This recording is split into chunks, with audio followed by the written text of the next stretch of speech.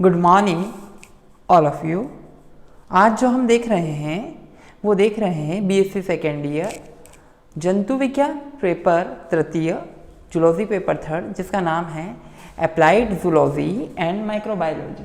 ठीक है, आर्थिक प्राणी विज्ञान एवं सूक्ष्म जीव विज्ञान के अंतर्गत यूनिट फर्स्ट, जिसमें आज का हमारा मेन जो एजेंडा है यूनिट फर्स्ट के अंतर्गत वो है life cycle, life history of Bombyx mori. ठीक है, जीवन इतिहास, ठीक है, रेशम कीट का, ठीक, उसे हमने यहाँ पर life history of Bombyx mori नाम दिया है।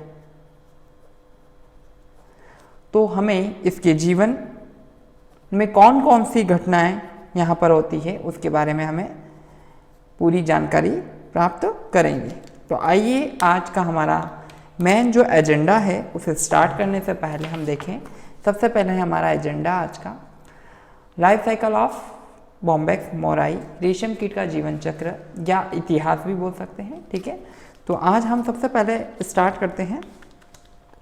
आइए, आज का जो हमारा मेन एजेंडा है वो है लाइफ साइकिल ऑफ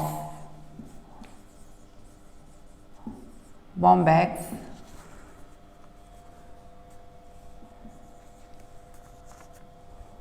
मोरी, या हम इसे यह भी लिख सकते हैं life history of silk worm. ठीक है, अब यहाँ पर दो शब्द लिखे हैं, सिल्क वर्म और बॉम्बैक्स मोराई। ठीक है, सिल्क वर्म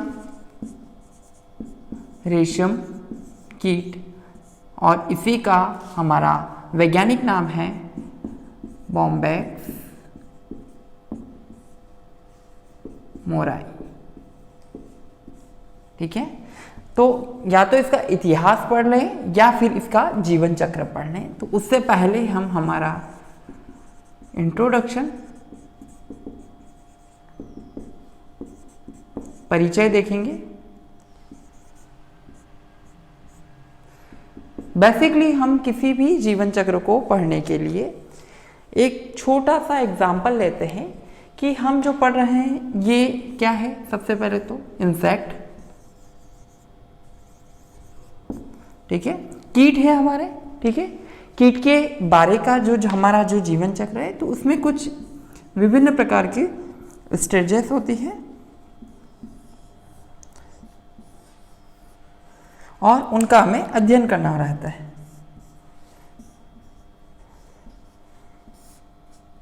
सबसे पहले हमारे पास आता है एडल्ट, वयस्क,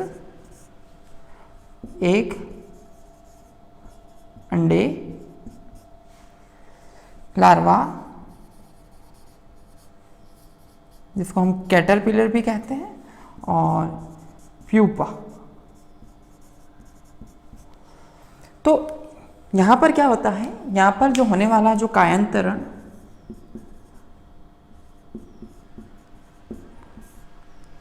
या मेटामॉर्फोसिस,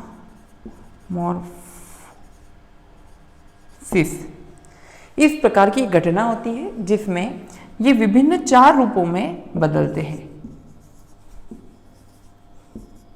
इस प्रकार से क्या होता है, एडल्ट एग देंगे, एग से पहले लार्वा बनेगा, लार्वा इल्ली का रूप होता है और वो भोजन करता है, वो भोजन करना बंद कर देता है। उसके बाद वो प्यूपा, जिस पर काइटिन का एक कवच धारण हो जाता है, कुछ समय पश्चात उस प्यूपा को तोड़कर वो बाहर निकल जाता है। तो हम यहाँ पर किसकी देख रहे हैं, लाइफ साइकिल देखना है। ये पूरा क्या है हमारा, ये हमारा पूरा है लाइफ साइकिल, जीवन चक्र। ठीक है, तो सबसे पहले हम देख रहे हैं life cycle of Bombyx mori या life history of Bombyx mori या सिल्क वर्म। तो उसके बारे में आज हम अध्ययन करेंगे। तो सबसे पहले हम देखें कि हमारी पीपीटी में सबसे पहले हम आज किसकी बात कर रहे हैं, पहले हमारे परिचय या इंट्रोडक्शन की। आइए, शहतूत रेशम कीट बॉम्बैक्स मोरी परिवार बॉम्बे साइट्स का है। चीन इसे पतंग का मूल स्थान है, लेकिन अब यह पूरी तरह से घरेलू एवं सफलतापूर्वक Bharat, Japan, Korea, Italy, France और रूस में पाला जाता है। भारत में देश का 92% रेशम उत्पादन शहतूत की पतंगे या शलभ से प्राप्त होता है। इस कीट का कीड़ा या लार्वा पूरी तरह से शहतूत के पौधों की पत्तियों पर खिलता है, इसलिए इसे शहतूत कीड़ा नाम या रेशम कीट नाम दे दिया गया। हिमालय की तलहटी के कुछ अलग थलग इलाकों में इसका जंगली पूर्वज भी मंदिरानी अभी भी मौजूद है। तो अभी तक हमने पहले पूरे वर्ल्ड में कहाँ से ओरिजिनेट हुआ और हमारे इंडिया में ये कितना % प्रोडक्शन देता है फर्स्ट। नेक्स्ट हमें देखना है, ठीक है, बॉम्बेक्स मोराई, ठीक है, ये दोनों इसका मेल और फीमेल की बात कर रहे हैं। तो यहाँ पर आप देखिएगा कि फीमेल्स की जो बॉडी है वो मोटी और बड़ी है, जबकि मेल साइज में छोटा है, ठीक है, ये आप देख सकते हैं इसको।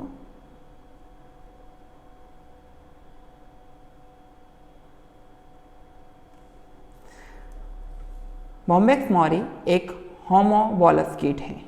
इसके जीवन चक्र अर्थात इसमें अंडा, लार्वा, प्यूपा, वयस्क में 4 चरणों में तथा बॉम्बेक्स मोरी का पूरा किया गया है, ठीक है।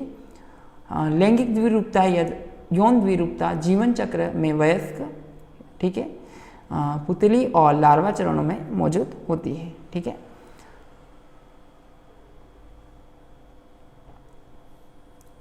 प्यूपिल मतलब pupal stage and larval stage में होती है। नेक्स्ट हमें प्रत्येक चरण की अवधि की दौड़ की विरासत वाले वर्णों के अनुसार भिन्न भिन्न होती है और उपलब्ध पर्यावरणीय स्थिति, भोजन की गुणवत्ता आदि के साथ भी होती है। यहाँ भारत में बॉम्बेक्स मोरी की सबसे प्रबल दौड़ के जीवन चक्र पर निम्नलिखित शीर्षों पर के साथ चर्चा की जाएगी, ठीक है।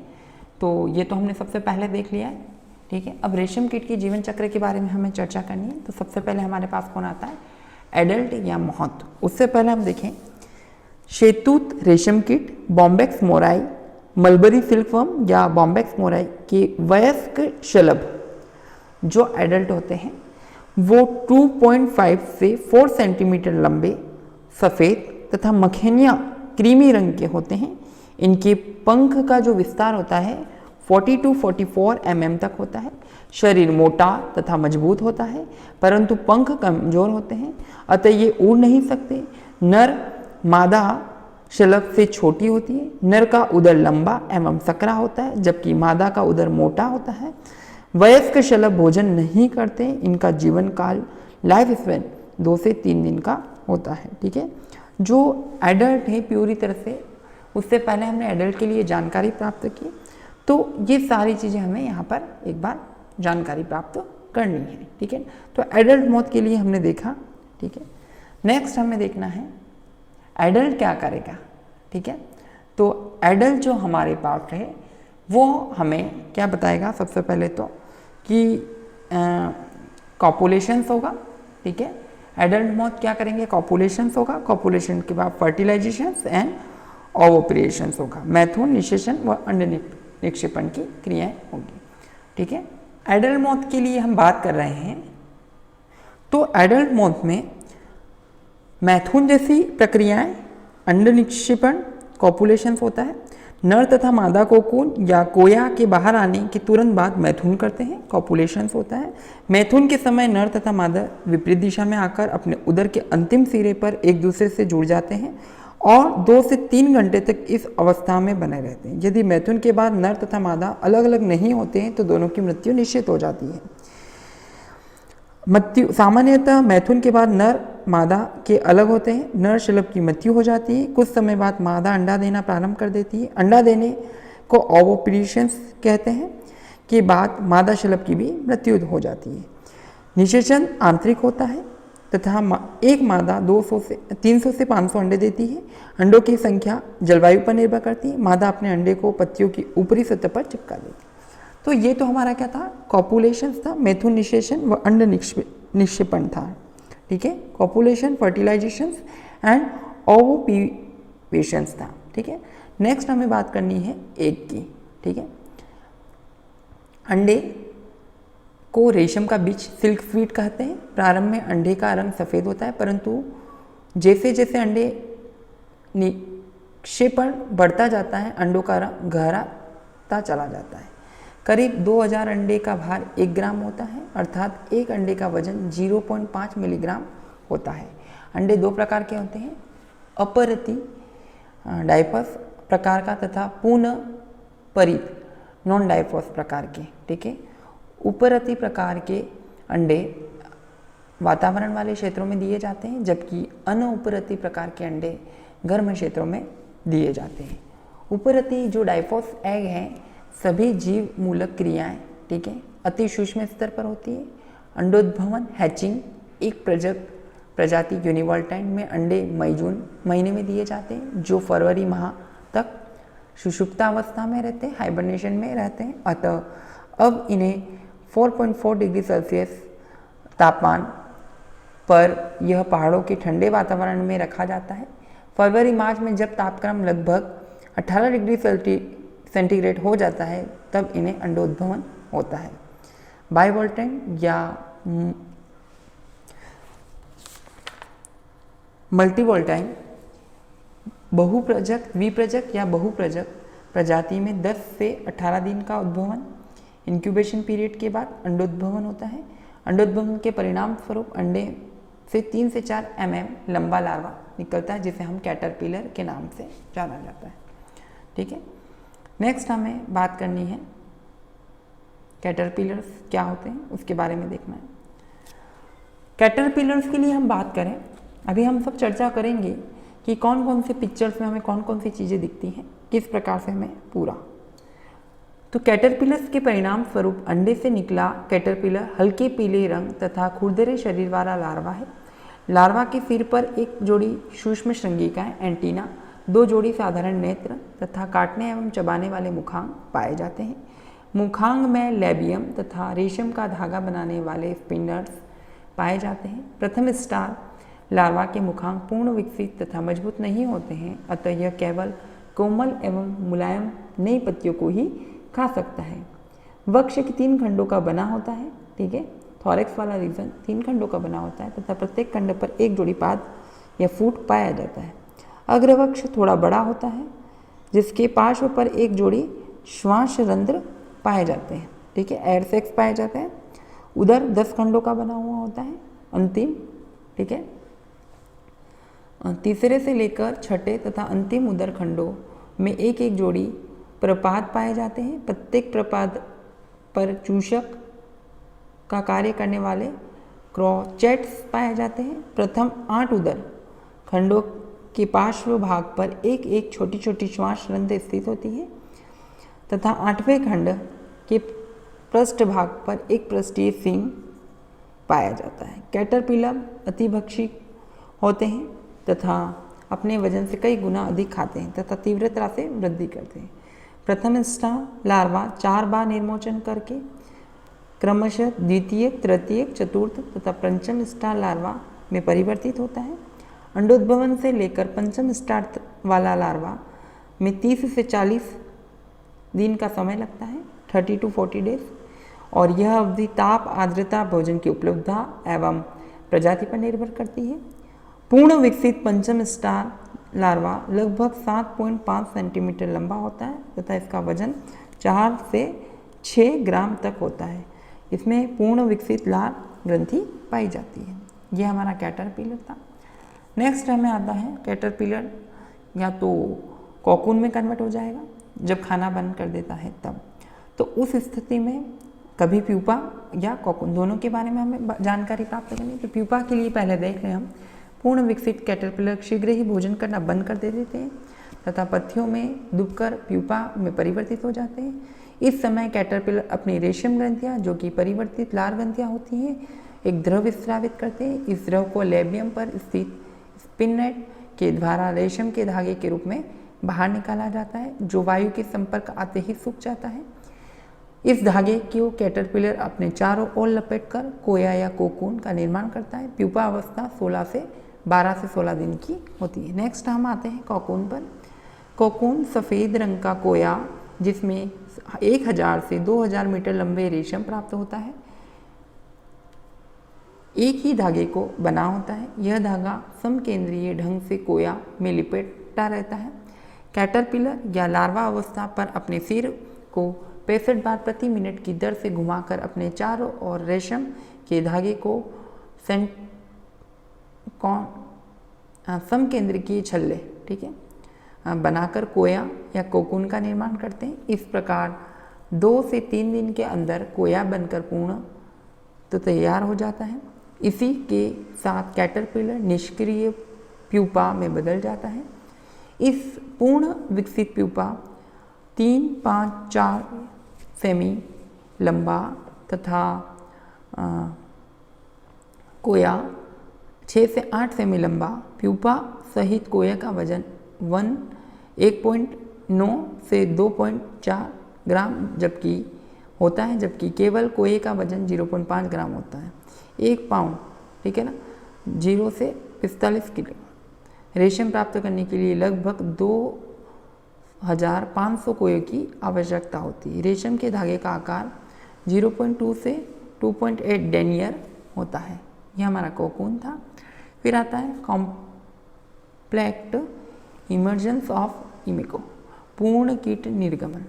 प्यूपा अवस्था में कायांतरण मेटामॉर्फोसिस होता है, ठीक है, जिसके दौरान उदरीय प्रपात एब्डोमिनल प्रोलैक्स विलुप्त हो जाते हैं तथा वक्ष पर एक जोड़ी पंख निकल आते हैं। काटने तथा चबाने मैंडिबुलेट मुखांग के स्थान पर साइफिनोस मुखांग बन जाते हैं। इस प्रकार बना वयस्क शलभ कोकून का अग्र सिरे से एक क्षारीय ध्रुव स्रावित करता है, जिससे उस स्थान पर रेशम का धागा गल जाता है और एक छोटा सा गोल छिद्र बन जाता है। इस छिद्र में से वयस्क शलभ बाहर निकल जाता है और इस क्रिया में रेशम के धागे छोटे छोटे टुकड़ों में बंट जाते हैं। अतः रेशम का धागा एक ही अंश सिंगल पीस में प्राप्त करने के लिए पूर्ण कीट का निर्गम से पूर्व ही कोये को अंदर स्थित प्यूपा में मारना आवश्यक होता है, ठीक है। तो ये अभी तक हमने जो देखा है, सबसे पहले एडल्ट देखा, फिर कॉपुलेशंस देखा, फर्टिलाइजेशन, ठीक है, एंड ओवोप्यूरेशंस देखा, फिर हमने देखा एग, ठीक है। एग के बाद हमने देखा हमारा हैचिंग कैसे होती है, उसके बाद कैटरपिलर्स देखे, और कैटरपिलर के बाद हमने प्यूपा के बाद कॉकून, और कॉकून के बाद इमर्जन ऑफ इमोका। ये हमने अवस्थाएं देखी, ठीक है। हम एक बार बोर्ड पर आते हैं और इसके जीवन चक्र को देखते हैं।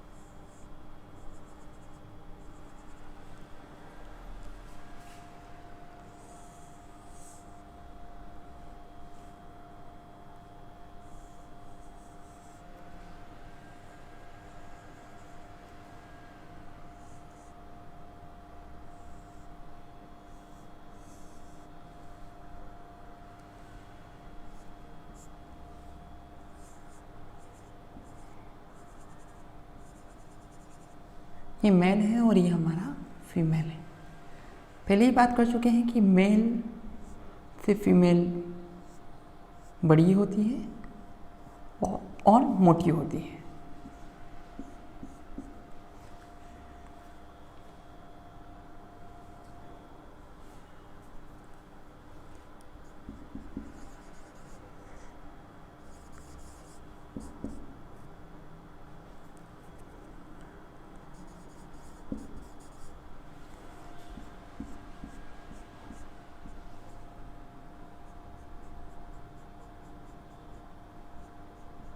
ये इनके एंटीना है।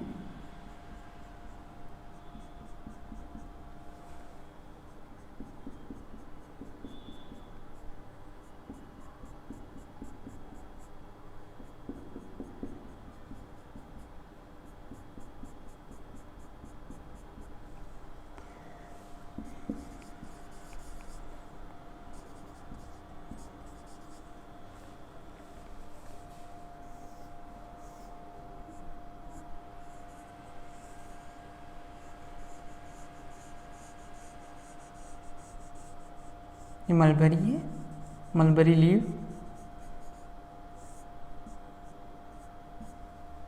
तो सबसे पहले हम फर्स्ट स्टेप को देखें। हमारी फर्स्ट स्टेप के बारे में हमें बात करनी है। तो फर्स्ट स्टेप में मॉथ फर्स्ट ऑफ ऑल, वो भी कौन सा, एडल्ट, जिसकी लाइफ स्पैन, जीवन यापन या जीवन जो चक्र है इनमें, या जीवन जीने की जो है वो होता है 2 to 3 days। ठीक है, तो सबसे पहले इनमें जो होता है उसे हम बोलते हैं कॉपुलेशंस। मौत दोनों है, यहाँ पर होगा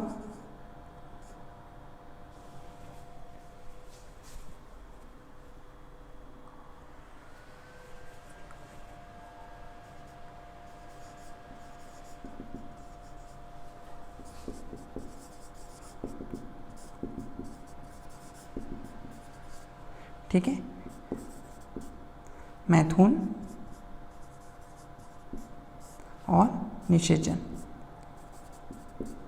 तो उसमें क्या होगा, इनके दोनों सिरे आपस में मिलेंगे और कम से कम 2 to 3 आवर्स, 2 से 3 घंटे तक जब ये कॉपुलेशंस करते हैं, दोनों विपरीत सिरे आपस में मिलते हैं, तो उस समय उनका जो समय होता है 2 से 3 घंटे।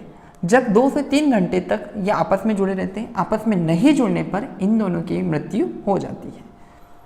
जैसे ही कॉपुलेशन कंप्लीट होता है, उसके बाद नर अलग हो जाता है और उसकी तुरंत उसकी मृत्यु हो जाती है, तथा मादा के द्वारा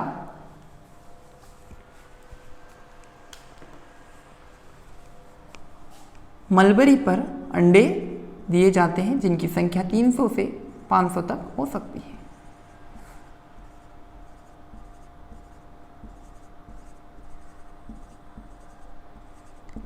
इन अंडों का रंग जब देने पर हल्के पीले रंग के होते हैं, जो बाद में गहरे रंग के होते हैं। पत्ती पर एक स्रावित पदार्थ के माध्यम से, चिपचिपा स्रावित पदार्थ के माध्यम से अंडे को चिपकाया जाता है। जब निर्मोचन आगे की प्रक्रियाएं होती है, एक आगे हैचिंग की ओर जाते हैं, तब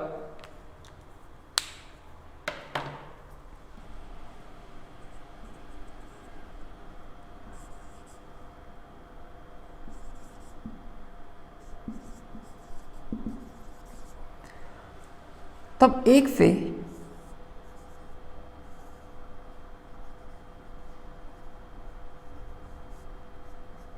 इल्ली के रूप में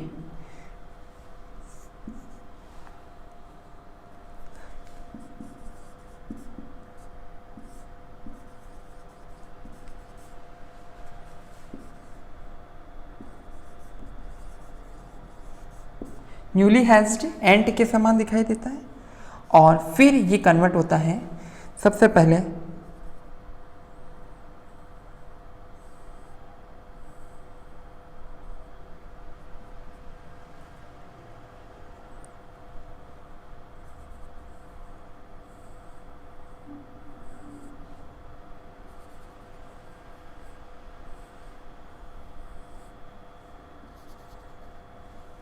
तो यहाँ पर ये फर्स्ट स्टार या फर्स्ट, इसको हम बोल सकते हैं malt, second star malt, third star malt,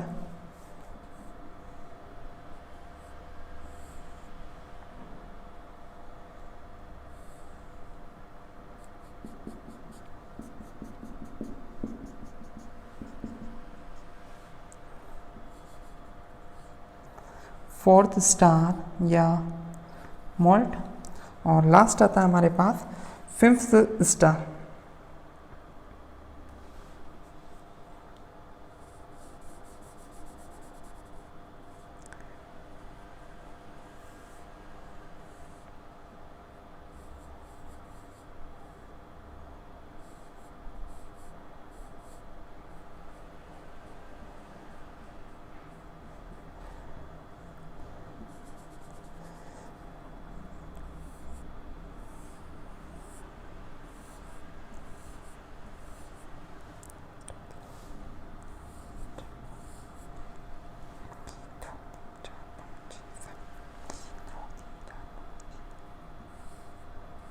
7 खंड में, और अंतिम खंड जो होता है उस पर एक सिंह के रूप में टोटल 8 खंड होते हैं।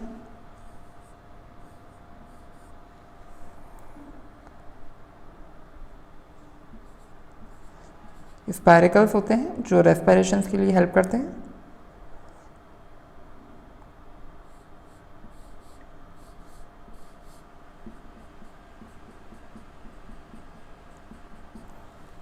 ये 5 स्टार है हमारा,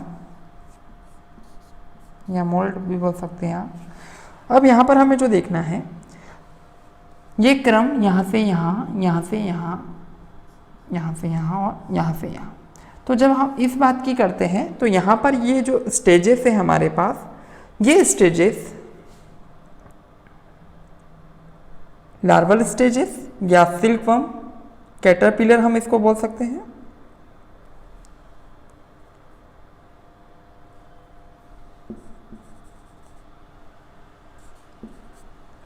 जो आगे जाकर किसमें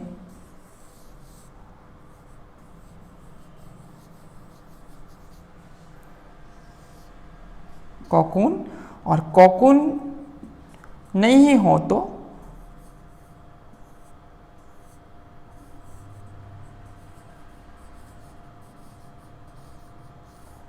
प्यूपा, और यही प्यूपा आगे जाकर एडल्ट में बदल जाता है। तो यहाँ पर हम कुछ बात कर रहे हैं, तो देखिएगा इसकी कुछ अलग अलग स्टेप बता दें। पहला एडल्ट, एडल्ट से एग, ठीक है, एग कहाँ पर, मलबरी लीव्स पर, फिर हैचिंग होगी तो वहाँ से इल्ली के रूप में न्यूली बाहर निकलते हैं और 5 स्टार में कन्वर्टेड होते हैं, ठीक है। जब 5 स्टार तक ये क्या करता है, लीव्स यहाँ एकदम छोटा है इसलिए कॉमन लीव्स को खाएगा, ठीक है, मुलायम पत्तियों को। उसके बाद इस प्रकार का जो हमारा लार्वा है, लार्वा अवस्था को ही हम क्या कह सकते हैं, कैटरपिलर, ठीक है। अब ये यहाँ पर क्या कहेगा, भोजन खाएगा, और भोजन खाना जैसे ही बंद कर देता है तो उस समय क्या होता है, इससे जो सिल्क, जो ग्लैंड से वहाँ से सिल्क धागा प्रोड्यूस होता है और अपने चारों ओर इस प्रकार का एक कॉइलिंग बना लेता है। इसको हम कोकून या कोया कहते हैं। और कुछ समय पश्चात हम देखें तो जब कोकून की प्रक्रियाएं कंप्लीट हो जाए, प्यूपा बनने से पहले प्यूपा बनेगा, खाना खाना बंद कर देगा, तो ये स्टेज पहले होगी, और इसके थ्रू यहाँ पर प्यूपा के बाद हम जैसे देखें तो प्यूपा से एक लार निकलेगी सलाइवरी, जो अपने चारों ओर कॉइलिंग स्थापित कर देती है। जब कोकून कंप्लीट हो जाता है और उसे हम गर्म पानी में डाल देते हैं तो हमें सिल्क प्राप्त हो जाता है, और नहीं करते हैं तो ये अपने क्षेत्र को ब्लास्ट करने के बाद ये बाहर एडल्ट के रूप में बाहर निकल जाता है। तो इस प्रकार से हमने जो देखा है वो कंप्लीट क्या है, लाइफ साइकिल या life history of Bombyx mori, जिसमें एडल्ट के बारे में जानकारी प्राप्त की, एक हैचिंग, लार्वा या कैटरपिलर, प्यूपा एंड कोकून के बारे में स्टडी करते हैं। अब अभी तक तो हमने इस चित्र के माध्यम से समझा, एक और चित्र के माध्यम से समझेंगे, और उनके बाद इन सारों के हम क्या करेंगे, चलचित्र जो हमारे पास है कलर्ड, ठीक है ना, रंगीन चलचित्र को हम देखेंगे। आइए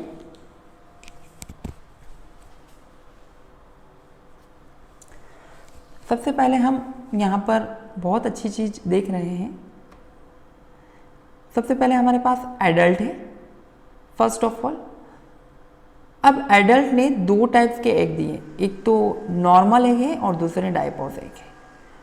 नॉर्मल किसी भी कंडीशंस में रह सकते हैं, पर डायपोज एग्स गर्मी वाले स्थान या गर्म स्थान पर ही होते हैं।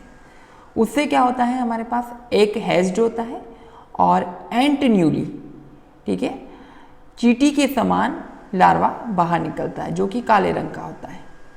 फिर ये फर्स्ट स्टार जो कि इसका जो डे दे रखा है 3 to 4 डेज या फर्स्ट मॉल्ट भी बोलते हैं हम इसे, ठीक है। Second star 2 to 3 days second star या सेकेंड मॉल्ट।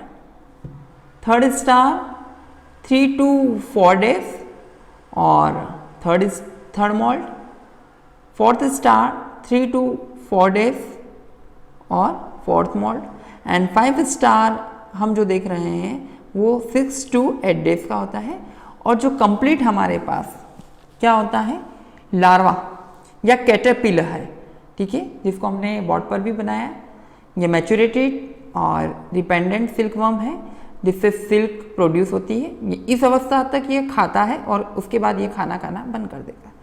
फिर ये क्या करता है, यहाँ से कॉइलिंग करता है और इस कॉइलिंग के अंदर क्या बनता है, प्यूपा बनता है।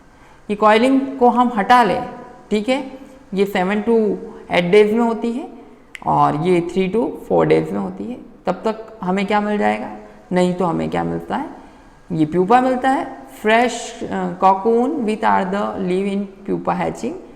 तो उससे पहले हम इसका यूज़ कर लेते हैं तो हमें एडल्ट मिल सकता है, नहीं तो हमें रेशम प्राप्त हो सकता है या सिल्क, ठीक है। रेट ऑफ लार्वा ग्रोथ अलग अलग बता रखी है, आप चाहें तो देख सकते हैं। और ये ड्रो डायग्राम है, मतलब लाइन डायग्राम है, बनाने में आसानी रहेगी। अब हम सबसे पहले पिक्चर्स को देखते हैं। फर्स्ट हमारी जो पिक्चर है या इमेज है, पहला जो चित्र है वो मलबरी प्लांट्स का है। इस प्रकार का हमारा मौत होता है, बड़ा सुंदर होता है। शरीर भारी होने के कारण ज़्यादा नहीं उड़ पाता। ये कॉपुलेशंस जब मेल और फीमेल करते हैं तो दोनों की विपरीत सिरे आपस में जुड़ जाते हैं। ये हमारा मेल है और ये हमारी फीमेल है। मेल जैसे ही कॉपुलेशंस करने के बाद उसकी डेथ हो जाती है, फीमेल एक दिन के बाद उसकी डेथ होती है।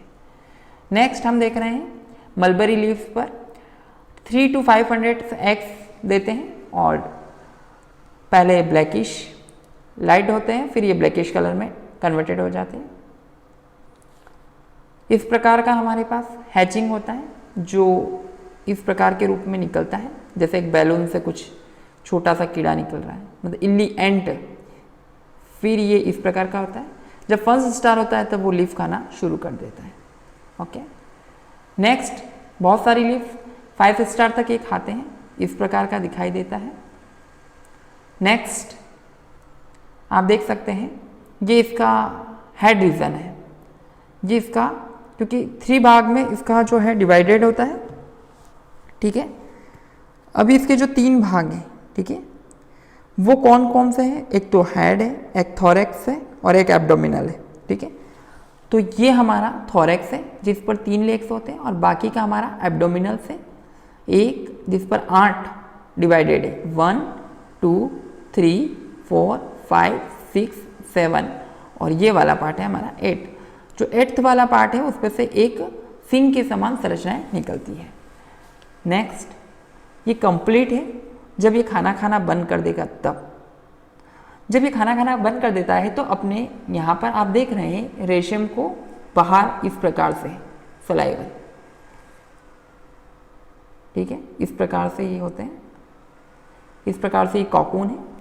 इनको हम गर्म पानी में डाल देते हैं तो हमें सिल्क प्राप्त हो जाता है, अन्यथा यह सिल्क से बाहर इस प्रकार से निकल जाते हैं, ठीक है, जो पूरे धागे को नष्ट कर देते हैं। यह हमारा प्यूपा है, प्यूपा इस प्रकार का दिखाई देता है और प्यूपा के बाद ये किस में कन्वर्ट हो जाता है, वापस एडल्ट में कन्वर्ट हो जाता है। तो हमने अभी तक जो देखा वो क्या देखा, अभी तक हमने देखा बॉम्बैक्स मोराई का जीवन चक्र देखा और उसमें विभिन्न अवस्थाओं के बारे में हमने अध्ययन किया। अंतिम में हम रेफरेंसेस के लिए देख रहे हैं, संदर्भ के लिए इकोनॉमिक ज़ूलॉजी, जिनके लेखक है doctor G.S. Shukla and doctor V.B. Upadhyay, Rastogi publication से लिया गया है। अप्लाइड ज़ूलॉजी एंड अरुमंगा, सारस पब्लिकेशन से। Applied zoology and microbiology, doctor Gayatri Swarnkar and doctor V.C. Sorry CBH publication से। और अधिक गूगल की सहायता भी हमने ली है कुछ पिक्चर्स के लिए। तो अधिक जानकारी के लिए आप हमारा ये व्हाट्सएप नंबर है 7424843007 और ये हमारा ईमेल आईडी है bihscollege20@gmail.com। धन्यवाद।